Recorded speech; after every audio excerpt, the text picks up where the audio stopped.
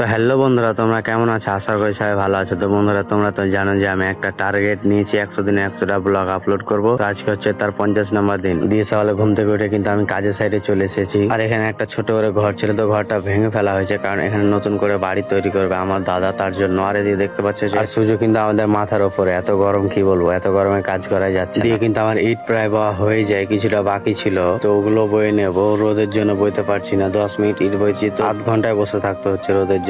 দিয়ে কিন্তু আমার ইট বাওয়া কমপ্লিট হয়ে যায়, দিয়ে আমি চলে আসি গাছের তলে বসতে। তো এখানে কিন্তু মোটামুটি ঠান্ডা লাগছিল, ভালোই লাগছিল বসতে, বাতাস লাগছিল, তার জন্য কিন্তু আমি এখানে এসে বসে গেলাম। দিয়ে কিন্তু আমাকে টিপুদা বললো যে কিছু বাঁশগুলো আমাদের ফেলে দে, কারণ তাদের সেন্টারিং হয়, তার জন্য বাঁশগুলো কাজে লাগবে। আর এদিকে দেখতে পাচ্ছ টিপু, সারফুলদা, আমরা তিনজনে মিলে কিন্তু বাঁশগুলো বয়ে নিয়ে যাবো। দেন তারপর কিন্তু আমি সেন্টারিং এর বাঁশগুলো আমার ঘাড়ে নিয়ে নিই। তো বন্ধুরা, সামনে দেখতে পাচ্ছ যে আমাদের বাঁশগুলো রাখা আছে। দিয়ে কিন্তু আমি এসে বাঁশগুলো রেখে দিলাম এক জায়গাতে। দিয়ে বাঁশ বইতে বইতে ওইদিন একটা জিনিস নিয়ে, তো এই জিনিসটা কি অবশ্যই কমেন্টে জানিও। খেতে কিন্তু ভালোই লাগছিল, মিষ্টি। আর দিয়ে কিন্তু সারফুলদাকে দিয়ে দিলাম, তো সে মজা করে খাচ্ছে, তো বলছে ভালোই লাগছিল খেতে। দিয়ে কিন্তু আমাদের সব বাঁশ বওয়া কমপ্লিট হয়ে যায়, কিন্তু আমরা সবাই মিলে চলে যাই পদ্মা নদীতে গোসল করতে। তো বন্ধুরা, ভিডিওটি আজকে এ পর্যন্ত কেমন হয়েছে অবশ্যই কমেন্ট সেকশনে জানিও। টাটা, বাই বাই, দেখা হচ্ছে নেক্সট ভিডিওতে। ভালো থাকো, সুস্থ থাকো।